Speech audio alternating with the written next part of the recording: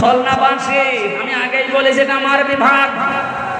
বাংলাদেশে 8টা বিভাগের চাইতে বিভাগের মানুষকে এমনিতে একটু মানুষ হিসাবে ভালোবাসি বেশি।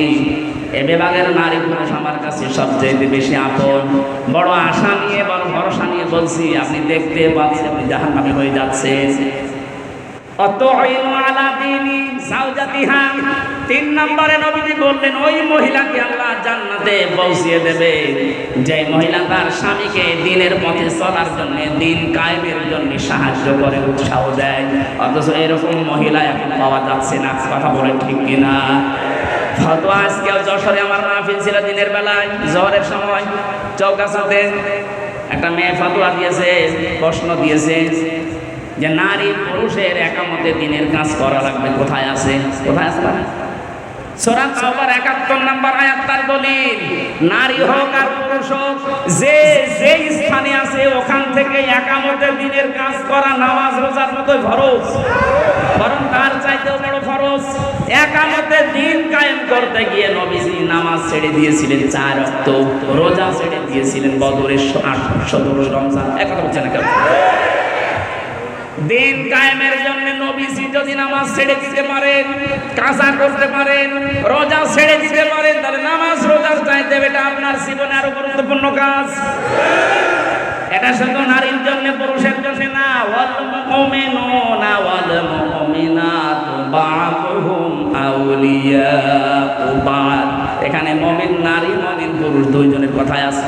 সুতরাং যারা নিজের স্বামীকে ইসলাম কায়েমের জন্য আপনি উদ্বুদ্ধ করবেন, সাহায্য করবেন, ছাড় দেবেন, তাকে সময় দিয়ে দেবেন, আল্লাহ আপনার জান্নাতের 8টা দরজা নিজে খুলে রাখবে। বলেন সুবহানাল্লাহ। 4 নম্বরে স্বামী যতক্ষণ বাইরে থাকবে স্বামীর সম্পদ এবং স্বামীর সন্তান আপনি হেফাজত করে রাখবেন। আজ হাজারো মেয়ে লোক স্বামী বাড়ি থাকে না, সন্তানের হাতে মোবাইলটা দিয়ে উনি সারাদিন নিজে সিরিয়াল দেখতেছে না। এরকম মহিলা আমরা চাই না। আমরা চাই খাদিজাতুল কুবরার মতো, যিনি ফাতেমা তৈরি করবে। কথা বলুন। যিনি উম্মে কুলসুম তৈরি করবে, যিনি রুকাইয়া তৈরি করবে, এরকম মা আমরা ঘরে ঘরে দেখতে চাই। কথা বলেন ঠিক কিনা? 5 নাম্বার, ওই মহিলার জন্য আল্লাহ জান্নাতের দরজা খোলা রাখবেন যেই মহিলা স্বামী যেটা পছন্দ করে ওটা যদি জায়েজ হয় সে নিজে ওইটা পছন্দ করবে। এটা আসলে 100টার 98টা পরিবারে আমরা পাচ্ছি না। স্বামী যেটা পছন্দ করে জায়েজ, অথচ স্ত্রী ওটা চায় না। আমি 27টা পেজ তার একটা বলছি। আমি সহ যত স্বামী এখানে বসে আছে প্রত্যেকটা স্বামী পছন্দ করে এবং চায় যে বিয়ের পরে যেন আমার মা বাবা আমার সাথে থাকে। কথা বলে না কেন? 100টার 98টা পরিবারে এটা চায় না। এই মেয়েটা চায় না, শুধু এদের দোষ না, এই মেয়েটাকে কান পড়া দেয় ওর মা আর ওর বড় বোন। ওখান থেকে খালি বারবার ফতোয়া দেয়, আর কতদিন থাকবি, তাড়াতাড়ি আলাদা হ। সম্মানিত মা বোনেরা, আপনার মা, আপনার বড় বোন যদি আপনাকে জান্নাতে যাওয়ার প্রতিবন্ধকতা সৃষ্টি করে, এরকম মা আর বাবার কথা মানা। আরো জোরে বলেন। এই যে আরাফ নামক যে প্রাচীরের উপরে আপনি দাঁড়িয়ে আছেন, এই হাদিসের ব্যাখ্যা করতে গিয়ে আমি হাদিসটা নিয়ে আসলাম। বিশ্ব নবী জানিয়েছেন ওদেরকে আল্লাহ জান্নাতে দিচ্ছে না কারণ তারা মা বাবার হক আদায় করেনি। 2 নম্বর নবীজি বললেন ওদেরকে জাহান্নামে আল্লাহ দেবে না। সাহাবী প্রশ্ন করলেন হযরতে আবু যর গফারী রাদিয়াল্লাহু তাআলা আনহু, হে নবী এদেরকে জান্নাতে দিচ্ছে না বুঝলাম, জাহান্নামে দেবে কেন? বিশ্ব নবী বলেন এই মানুষগুলো দুনিয়ায় আর যাই করুক একামতের দিনকে কায়েম করার জন্য সর্বাত্মক চেষ্টা চালিয়েছে, এই কারণে আল্লাহ তাদেরকে জাহান্নামে দেবে না। এটা শুধু খুলনা না, সারা পৃথিবীতে ছড়িয়ে যাচ্ছে। কত সাংবাদিক দেখছেন না? সবাইকে উদ্দেশ্য করে আমি ঘোষণা দিতে চাই, সূরা সফের 10 নম্বর আয়াতের দলিল, হাদা আদুল্লুকুম আলা তিজারাতিন তুনজিকুম মিন আযাবিন আলীম। তোমাদেরকে এমন একটা ব্যবসার কথা বলবো যেটা করলে জাহান্নামের আগুনে যাওয়া লাগবে না। তুমিনুনা বিল্লাহি ওয়া রাসূলিহি ওয়া তুজাহিদুনা ফি সাবিলিল্লাহ বিআমওয়ালিহিম ওয়া আনফুসিহিম যালিকুম খায়রুল লাকুম ইন কুনতুম তা'লামুন। আল্লাহর প্রতি ঈমান আনার পরে, রাসূলের প্রতি ঈমান আনার পরে দুইটাকে সামনে নিয়ে তাদের বিধান জমিনে কায়েম করার জন্য জান আর মাল দিয়ে যারা জিহাদ করবে তাদেরকে আল্লাহ জাহান্নামে দেবে না। সুতরাং এই পৃথিবীতে যারা দিন কায়েমের জন্য চেষ্টা চালান, অন্যান্য যদি কোনো গুনাহ হয়েও থাকে আল্লাহ অন্তত আপনাকে জাহান্নামে দেবে না, এই গ্যারান্টি আমি দিতে পারি।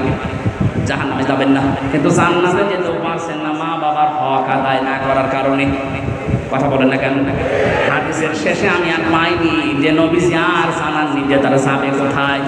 খুলনাবাসী জান্নাতেও যেতে পারছেন না মা বাবার হক আদায় না করার কারণে, জাহান্নামে আল্লাহ দেখছেন না একামতে দিনের দায়িত্ব পালন করার কারণে। যদি ওই আরাফ নামক প্রাচীরের উপরে দাঁড়িয়ে থাকা লাগে, কি হবে বলেন তো? ওই রকম জীবন আমরা চাই? বলেন বলেন। এই আরাফ নামক সূরা থেকে একটা মাত্র আয়াত পড়েছি, 206টা আয়াত এখানে আছে, 179 নাম্বার আয়াত। আমার আজকের আলোচনার বিষয় বিবেক। কি বললাম? আরো জোরে। বিবেককে যদি সত্যি কেউ কাজে লাগাতে পারে জীবনে সে রাস্তা হারাবে না, সে রাস্তা পাবে। আজকে আমরা অনেকে রাস্তা হারিয়ে ফেলেছি বিবেককে কাজে না লাগার কারণে। দেখেন তো আল্লাহ কি জানিয়েছেন, ওয়ালাকাদ তারানা লিল জাহান্নামা কাসীরাম মিনাল জিন্নি ওয়াল ইনস। আল্লাহ কথা শুরু করার আগে তাকিদ দিচ্ছেন। আল্লাহ পাক বলেন ওয়ালাকাদ, অবশ্যই, দারানা, আমি বানিয়েছি, তৈরি করেছি, লি জাহান্নামা, জাহান্নামের জন্য, কাসীরাম মিনাল জিন্নি ওয়াল ইনস, অধিকাংশ মানুষ আর জিন জাহান্নামে যাবে এই জন্যই বানিয়েছি। প্রশ্ন আসতে পারে তাহলে আমাদের দোষ কি? যেখানে আল্লাহ কাসির দিলেন কলিল না দিয়ে, আবার কাসির না দিয়ে কাসির র একালে টান আছে। কলিল মানে অল্প, কলিলা মানে একেবারে অল্প, কাসির মানে অল্প, কাসির, কাসির মানে বেশি, কাসির র মানে অনেক বেশি। কত বেশি আমাদের মেধা ধরবে না। আল্লাহ বলেন এত মানুষ আছেন জাহান্নামে দেব। আমরা যে প্রশ্নই করে ফেলেছি আল্লাহ, তাহলে আমাদের দোষ কি? আল্লাহ বলেন দোষ আছে। তিনটি ইন্দ্রিয় শক্তি যাদের আছে, এই তিনটা যারা কাজে লাগাবে না এই মানুষগুলো মাস্ট বি জাহান্নামে যাবে। আর অন্যান্য কারণ আছে অন্য আয়াতে, এই আয়াতে তিনটা পেয়েছি। খুলনাবাসী এখন থেকে আপনি মিলাবেন আপনার ভেতরে এই তিনটা গুণ আছে কিনা। যদি থেকে থাকে এখন তাওবা করে ভালো হওয়ার নিয়ত করা লাগবে। রাজি আছেন কিনা? হ্যাঁ রাজি আছেন কারা কারা? দেখি লিল্লাহে তাকবীর, লিল্লাহে তাকবীর, লিল্লাহে তাকবীর। আলহামদুলিল্লাহ।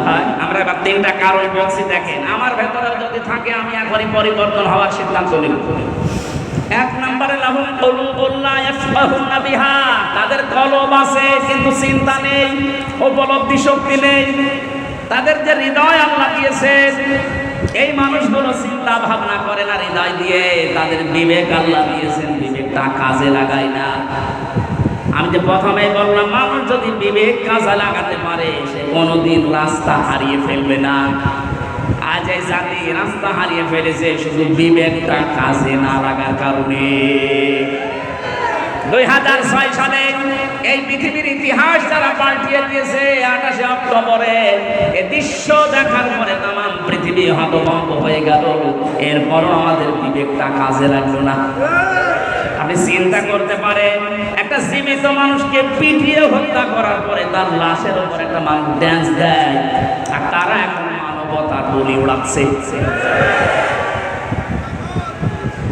7 সালে আমি তখন ম্যাট্রিক পরীক্ষা দেই, আসছিলাম সিরাজগঞ্জ থেকে। রাস্তার মাঝে দেখলাম একটা মরা কুকুর পড়ে আছে। ড্রাইভার গাড়ি চালিয়ে না দিয়ে বাম দিয়ে ঢুকিয়ে দিল। গাড়ি একটু ঝাঁকি দিয়েছে, ডাক দিয়ে বললাম ড্রাইভার সাহেব আপনি কি করলেন?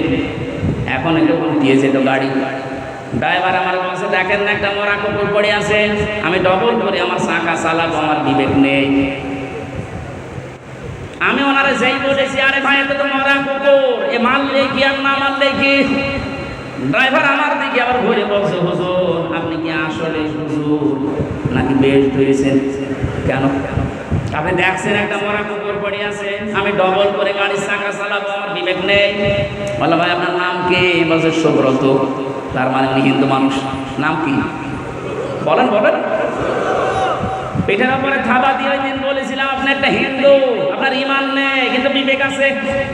বিবেক থাকার কারণে একটা নিকৃষ্ট জীব পড়ে আছে মরা, তারপর আপনি ডবল করে মারেন না।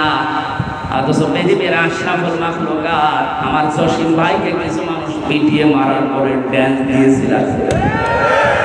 এদেরকে মানুষ আপনি বলতে পারেন? কথা বলেন না কেন? এদের বিবেক কোথায় গেল? আমি আর সাবেক এমপি সাহেব যে জেলখানায় ছিলাম, ওখানে যে রাইটার এই শেষে পেয়েছিলাম, রাইটার যাকে ওই যে খুলনাতে বাড়ি আপনাদের এই 18 মাইলের দিকে, এদিকে বাইক গাছের এদিকে 18 মাইল আছে না, ওখানে বাড়ি শাওন। এই যে বিশ্বজিৎ হত্যার মামলার আসামি, ওর ফাঁসি ছিল, এখন যাবজ্জীব 30 বছর জেল খাটা লাগবে। মাঝে মাঝে নাম লিখতে আসতো, গণনা করার সময় বলতাম যে ভাই আপনি গ্যাস করলেন কি করে? দেখেন আমার বিবেক ওই সময় কাজ করেনি। এই হিন্দু বেটা আমার বারবার বলেছিল যে ভাই আমি মুসলমান না, আমি শিবির কি জানি না, আমি ফুল হাতা হাফ হাতা না। কথা বলছেন? আমি ফুল হাতা আর হাফ হাতা না, তারপরও আমি ছাড়ি নাই। গরু যেভাবে কপ দেয়, ছাগল যেভাবে কপ দেয়, মানুষ আমি ওইভাবে কমিয়েছি। আপনার বিবেক মরে গেছে। কুষ্টিয়ার আবরার ফাহাদকে যেদিন পিটিয়ে আপনি মেরে ফেলেছেন, কথা বলেন ঠিক কিনা?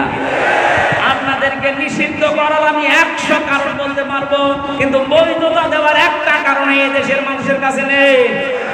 আপনি যে বৈধতা পাওয়ার জন্য বলছেন আমরা মানি না, মানে আপনি যে বৈধতা পাবেন, কি দিয়ে পাবেন? একটা জিনিস দেখান যে এই কারণে আপনাদের বৈধতা দেওয়া লাগবে।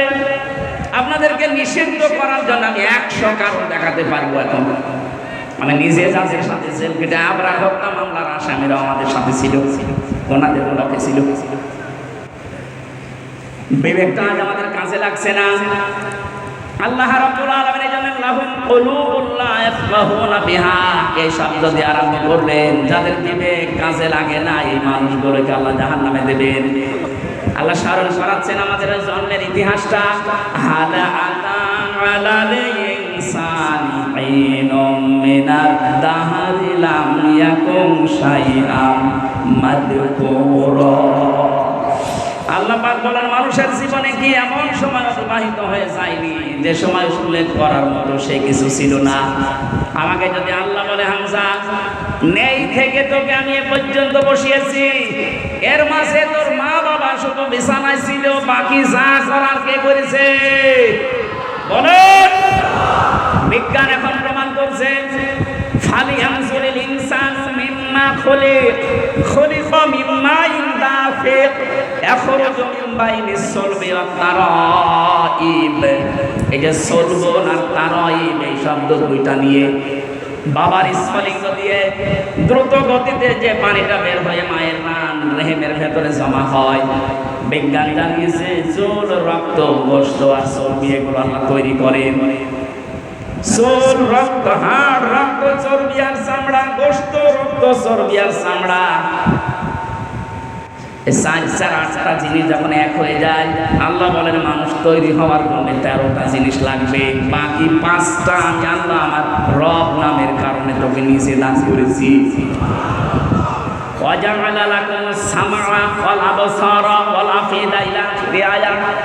শ্রবণ শক্তি, দর্শন শক্তি, বাক শক্তি, আগের শক্তি আর ঘ্রাণ শক্তি, এটা দুনিয়ায় কেউ দেয়নি, আল্লাহ নিজে দিয়েছেন এই 5টা। এই যে কথা বলতে পারি বাক শক্তি, এটা দেওয়া কার? আশ্চর্যের বিষয় 15.5 বছরে আল্লাহর এই দেওয়া বাক শক্তিকে অনেকে করে রেখেছিল। কথা বলতে পারি নাই, কথা বলে ঠিক কিনা? অন্তত এখন যারা কথা বলতে পারছি খুলে আল্লাহর এই বাক শক্তি দিয়ে জবান খুলে শুকরিয়া আদায় করেন আলহামদুলিল্লাহ। আরো জোরে বলেন আলহামদুলিল্লাহ।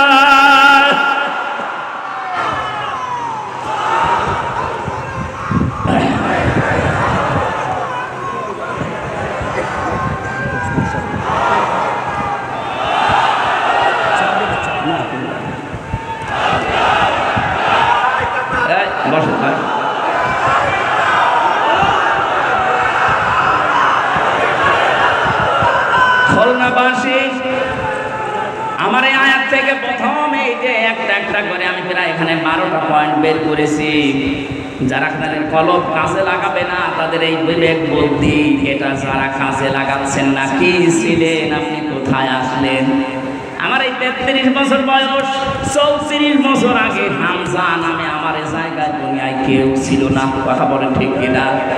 দয়া করে আল্লাহ পাক আমাকে এই জায়গা পর্যন্ত নিয়ে এসেছেন। আমার বিবেকটাকে একবারও কাজে লাগছে না যে আমি কোথায় ছিলাম আর কোথায় এলাম। যে মানুষগুলো জাহান্নামে যাবে, এই মানুষগুলো বিবেক কাজে না লাগার কারণে জাহান্নামের দরজা যখন ফেরেশতা দারোয়ান মালিক দাঁড়িয়ে আছে, হাত্তা ইদা জাউহা ফুতিহাত আবওয়াবুহা ওয়া ক্বালা লাহুম খাযানাতুহা আলাম ইয়াতিকুম রাসূলুম মিনকুম ইয়াতলুনা আলাইকুম আয়াতি রাব্বিকুম ওয়া ইউনযিরুনাকুম লিকা ইয়াউমিকুম হাদা। বলেন আল্লাহু আকবার। খুলনাবাসী, জাহান্নামে যখনই মানুষকে নিয়ে যাওয়া হবে, দরজা খোলা হবে, প্রবেশ করি আবার দরজার তালা লাগিয়ে দেওয়া হবে। এটা আমি জেলখানায় যাওয়ার পরে আয়াতটা আমি উপলব্ধি করতে পেরেছি। আল্লাহ পাক এখানে জাহান্নামের কথা বলার সঙ্গে সঙ্গে জানান যে জাহান্নামের দরজা খোলা থাকবে না, জাহান্নামের দরজা সব সময় বন্ধ থাকবে, শুধু আপনাকে প্রবেশ করানোর পরে আবার তালা লাগিয়ে দেবে। বাংলাদেশ সহ বিশ্বে যত কারাগার আছে, জেলখানা আছে, সব নিয়মই এইটা। আসামি সরাবে, করানোর পরে বন্ধ করে দেবে, আবার বের করে দেবে, আবার বন্ধ করে দেবে। কখনো দরজা খোলা থাকে না, 24 ঘন্টা দিন রাত তালা মারা। জাহান্নাম আল্লাহ এইভাবেই বানিয়েছেন, 24 ঘন্টা তালা মারা থাকবে। ভেতরে ফেরেশতারা উপর থেকে জিজ্ঞাসা করবে, তোমাদের কাছে কি নবী রাসূল যায়নি? খুলনার মানুষেরা হয়তো ওই সময় বলতে পারে না, 1500 বছর আগে নবী রাসূল পার হয়ে গেছে, আমি নবী রাসূল পাবো কোথায়? এই যে আলাম ইয়াতিকুম রাসূলুন, এখানে রাসূল বহু বছর না, আল্লাহ এক বছর দেয়নি, বহু বছর দিয়েছেন। প্রশ্ন আসতে পারে, এখন কি রাসূল আছে? কিয়ামত পর্যন্ত আসবে, তাহলে আল্লাহর রাসূলুন বহু বছর দিলেন কেন? জবাব হচ্ছে ফি জিলালিল কোরআন আর ইবনে কাসিরে, এই দুইটা তাফসীরের জবাব। আল্লাহ রাসূলুন বহু বছর দিয়েছেন এই জন্য কিয়ামত পর্যন্ত নবী রাসূল আসবে না ঠিক, কিন্তু নায়েবে রাসূল আসবে। কথা বলে না কেন?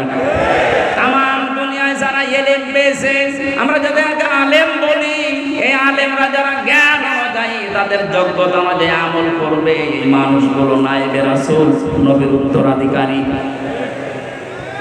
এই জন্য আল্লাহ রাসূল না দিয়ে রাসূল দিয়েছেন।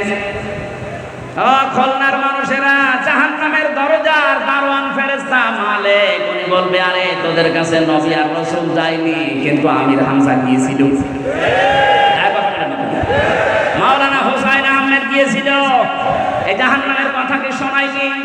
এই যে এই শাস্তি সতর্ক করেনি, ওরা তখন বলবে ক্বালু বালা কদ জানা নাযীর, হ্যাঁ আমাদের কাছে সতর্ককারী গিয়েছিল। যে নাম এখন ফেরেশতারা বলবে ওই নামে, হয়তো আমির হামজা বলতে পারে, হোসেন আহমেদ বলতে পারে, রবিউল ইসলাম বলতে পারে, আবুল বাশার বলতে পারে, যারা আলেম নবীর উত্তরাধিকারী নায়েবে রাসূল, তাদের নাম বলা হবে। এই জন্য রাসূল দিয়েছেন। তারা যখন স্বীকার করবে হ্যাঁ গিয়েছিল, তারপরে কি ফেরেশতারা এই কথা জবাব চাইলে ওরা বলবে ফাকাযাবনা ওয়া কুলনা মা নাযালাল্লাহু মিন শাই, আমাদের কাছে গিয়েছিল কিন্তু কথা শোনার পরে আমরা বিশ্বাস করতাম না, নিজের মনে মনে বলতাম বেটা মনে মিথ্যা কথা বলে, এরকম মন দেশে নেই। ও বলবে যে বেটা মনে হয় মিথ্যা কথা বলে, এরকম কিছু আল্লাহ নাযিল করেনি। আপনি নিজেও কোরআন পড়তে পারেন না, বোঝেন না, হামজা বলবে আপনি মানবেন না। আপনি কি হয়েছেন? কি বলেন, কি হয়েছেন আপনি? ধরা যেদিন খাবেন সেই দিন ধরা এমন জায়গায় খাবেন, শুধরাবেন, সে পরিস্থিতিও থাকবে না। তখন আফসোস করে বলবে ওয়াকালু লাউ কুননা নাসমাউ আও নাকিলু মা কুননা ফি আসহাবিস সাঈর। ওই সময় যদি তাদের কথাগুলো শুনতাম আর বিবেক দিয়ে যদি উপলব্ধি করতাম, যদি মেনে নিতাম, তাহলে সাঈর নামক জাহান্নামের দরজা দিয়ে আজকে আমাদেরকে আসা লাগতো না। ফাতারাফু বিযামবিহিম, তাদের নিজেদের অপরাধ তারা স্বীকার করবে।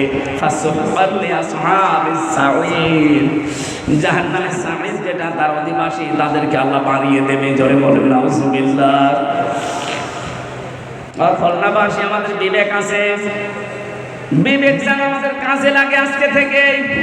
হামজা তার বাবার কথা বানিয়ে বলছে না, আপনাদেরকে বাঁচার জন্য আয়াতের পারা, পৃষ্ঠা, লাইন, রুকু, সূরার নাম, তাফসীরের নাম সব বলে দিয়েছি। এরপরও যদি কারো বিবেক কাজে না লাগে, আমার মনে হয় ওর বিবেকের উপরে উপরে প্রভাব পড়েছে।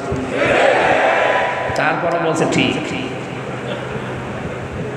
আশা করছি বিবেকটা কাজে লাগাবেন। বিবেক যদি সত্যি আপনার কাজে লাগে, আপনি রাস্তা পেয়ে যাবেন। কিন্তু যে মানুষগুলো জুলুম করতে করতে মানুষের বিরুদ্ধে অপপ্রচার করে মানুষকে দুনিয়ায় অপরাধী বানানোর জন্য যারা চেষ্টা চালিয়েছে, এদের বিবেককে আল্লাহ মেরে ফেলেন। সূরা আনফালের 23 নম্বর আয়াতে আল্লাহ জবাব দিয়েছেন, ওয়ালাউ আলিমাল্লাহু ফীহিম খায়রান লা আসমাআহুম ওয়ালাউ আসমাআহুম লাতাওয়াল্লাউ ওয়া হুম মু'রিদুন। ওই মানুষগুলো তো শুনবে না, আপনি যতই তাদেরকে শোনানোর চেষ্টা করেন, ওই মানুষগুলো শুনবে না।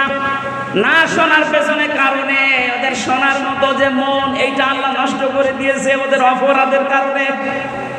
এখানে ফেরাউন যখন ডুবে যাচ্ছিল, ওই সময় কিন্তু শেষ কথা ছিল এইটা, আন্নাহু লা ইলাহা ইল্লাল্লাযী আমানাত বিহি বানু ইসরাঈল। বলেছিল আমি ঈমান আনলাম ওই আল্লাহর উপরে, যে আল্লাহর উপরে ঈমান এনেছে বনি ইসরাইল সম্প্রদায়। আমি তো মুসলমান। আল্লাহ বলেছেন আল-আন, এখন। তাফসিরে আমি হাক্কানিতে পড়েছি, জবাব দিয়েছেন মুফাসসিরিন ইকরাম, ওকে আল্লাহ পাক জিবরাইলকে কেন বললেন মুখের উপরে কাঁটা লাগিয়ে দাও? এই জন্য বলেছিলেন, কারণ লোকটা আল্লাহর একাত্মবাদের ঘোষণা দিয়েছিল, কিন্তু ওই জামানার প্রেরিত পুরুষ যিনি, ওই জামানার নবী রাসূল যিনি হযরত মুসা, তাকে সে স্বীকার করেনি। বাংলাদেশে আমি আয়াতটা মিলিয়ে দেখলাম, অনেকের জীবনের সাথে মিলে যাচ্ছে। ফেরাউন ঘোষণা দিয়েছিল আল্লাহর কাজ, বলেন বলেন, কিন্তু ওই জামানার প্রেরিত পুরুষ যিনি, তার ঘোষণা সে দেয়নি। ওদের যদি বলতো লা ইলাহা ইল্লাল্লাহ, মুসা কালিমুল্লাহ, আল্লাহরে মাফ করে দিত। কিন্তু আল্লাহর ঘোষণা দিয়েছে। আজ বাংলাদেশের দিকে তাকান, অনেক নামধারী মুসলমান এখানে বসে আছে, তারা আল্লাহর ঘোষণা দেয়, আল্লাহর হুকুম মতো নামাজ পড়ে, রোজা রাখে, হজ করে, দান সাদকা করে। এটা চারটা কথা বললাম, এগুলো হুকুম কার? আরো জোরে, এগুলো কি একটা রাসূলের হুকুম? বলেন না কেন? নামাজ পড়ে, রোজা রাখে, হজ করে, দান করে, হুকুম কার? আল্লাহর বিধান হয়তো মানে, কিন্তু এই জামানার যিনি প্রেরিত পুরুষ, কিয়ামত পর্যন্ত যিনি নবী আর রাসূল, তার রিসালাতের ঘোষণা যখন দিতে বলা হয়, তার জীবন মানার কথা তখন বলে না, এটা রাজনীতি। আল্লাহর কসম, আপনারও মরণ হবে ফেরাউনের মতো। ও যদি আমার আল্লাহর ঘোষণা দিয়ে, রিসালাতের ঘোষণা না দিয়ে মারা যায়, ওকে আল্লাহ যদি বলে তোর ঈমান নসিব হবে না, আন এখন কেন? আপনিও যারা এই দেশে আছে, বহু মানুষ আমরা দেখতে পাচ্ছি, বলে আমরা কি নামাজ পড়ি না, রোজা রাখি না, হজ করি না, দান সাদকা করি না, করে। এ হুকুম কার? বলেন বলেন। কিন্তু এই জামানার প্রেরিত পুরুষকে মুহাম্মদ রাসূলুল্লাহ, তার জীবনের 23 বছরের জিন্দেগি নবুয়তের, সেটা আর 13 বছর আপনি মানেন মক্কাটা, মদিনার 10 বছর বলতে গেলে আপনার কাছে রাজনীতি মনে হয়।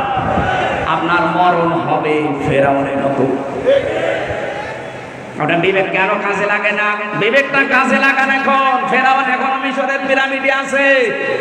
ফালিয়াউমা নুনাজ্জিকা বিবাদানিকা লিতাকুনা লিমান খালফাকা আয়া।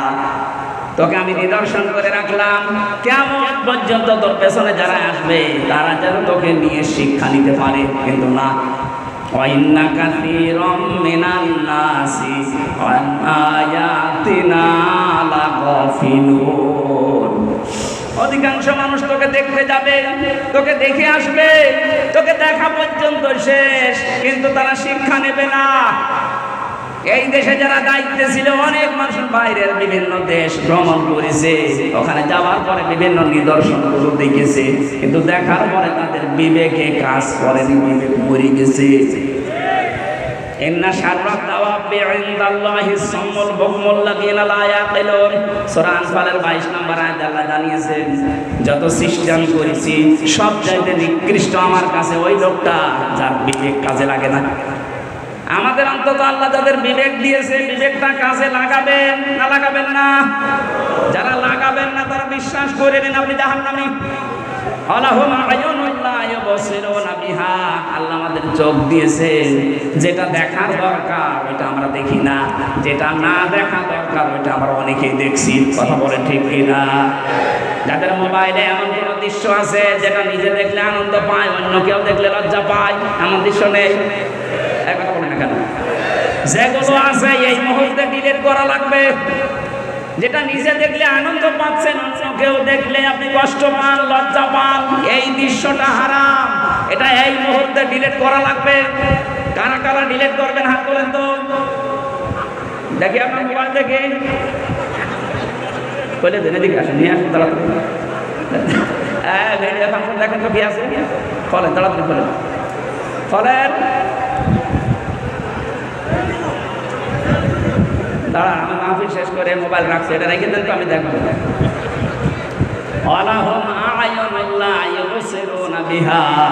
আপনার চোখ আছে কিন্তু আপনি না দেখার ভান করেছিলেন। 28 অক্টোবর আপনি দেখতেছেন, তারপরে দলীয় লোক কিছুই বলেননি। এই কথা বলেন না। আজকে ওর 100 ভাগের 1 ভাগ কিছু হলে আপনি চিল্লিয়ে ওঠেন কেন? ওই সময় আপনার বিবেক কি মরে গেছে? ওই সময় আপনার চোখ ছিল না? আলাহুম আযানুন লা ইয়াসমাউনা বিহা। ওদের কান আছে কিন্তু ওরা শোনেনি। দুনিয়ার সব কিছু শুনতো, আমার কোরআনের কথা শুনতো না। কথা বলেন ঠিক কিনা? কত কিছু রেডিওর পর্দায় শুনতেন, টেলিভিশনে শুনতেন, পত্রিকায় শুনতেন, শোনার পরও বলতেন না। খালি বিভিন্ন রকমের মিথ্যা ট্যাগ দিয়ে আপনি সবচেয়ে বেঁচে দেন। আপনার বিবেকটা, এই কানটা, চোখটা কি করেছিলেন? এই 3টি ইন্দ্রিয় শক্তি যারা কাজে লাগায় না, উলাইকা কাল আনআম। আল্লাহ বলেন হলো মানুষ না, চতুষ্পদ জানোয়ার।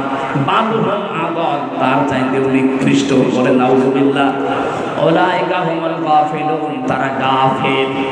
আল্লাহ এই আয়াতটা বাস্তব জীবনে আমরা যেন সেট করতে পারি, সেই তৌফিক দাও। বলেন আমিন। আবু হুরায়রা রাদিয়াল্লাহু তাআলা আনহু থেকে বর্ণিত হাদিস বলেছিলাম, মান মারআল কুরআনা, যে ব্যক্তি কোরআন পড়ে। আর এই উদ্দেশ্য নিয়ে 65 বছর আগে মাদ্রাসা কায়েম করা। কথা বলেন ঠিক কিনা? যারা কোরআন পড়ছেন আপনারা ফাস্তাজহারাহু, কোরআনকে যারা ইজহার করার চেষ্টা চালাবেন, ইজহারের 99টা অর্থ আছে। ইজহার মানে প্রকাশ করা, ইজহার মানে দাঁড় করানো, ইজহার মানে বিজয় করা, ইজহার মানে কায়েম করা। কোরআন যারা পড়ে এবং কোরআনকে যারা বিজয় করার জন্য চেষ্টা চালায়, ফাহাল্লা হালালাহু ওয়া হারামা হারামাহু, এর ভেতরে হালালকে হালাল জেনে মেনে নেয়, হারামকে হারাম জানার পরে ছেড়ে দেয়, আদখালাহুল্লাহুল জান্নাহ, আল্লাহ পাক তাকে জান্নাতে প্রবেশ করিয়েছে না করাবে? না না, আদখালা এটা মাঝি, আদখালা ইদখিলু এটা অতীতের শব্দ। নবীজি বোঝাতে চেয়েছেন, কোরআনে কারীম যদি তোর দেশে কায়েম হয়ে যায়, বিজয়ী হয়ে থাকে, তাহলে কোরআনে কারীম বিজয়ী থাকলে হালালকে হালাল মানা, হারামকে হারাম মানা সহজ হবে। আজ কোরআন এই দেশে কায়েম নেই, এজন্য হালালকে হালাল জানার পরও আমরা অনেক কিছু মানতে পারি না। কথা বলেন ঠিক কিনা?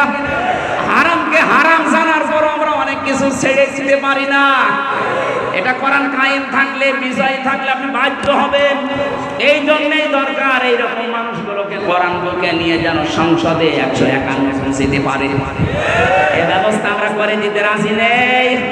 এটা রেকর্ড হচ্ছে। আগামীতে এই 53 বছর তো আমরা দেখেছি, বাবা চালিয়েছে, স্বামী চালিয়েছে, চাচা চালিয়েছে, বউ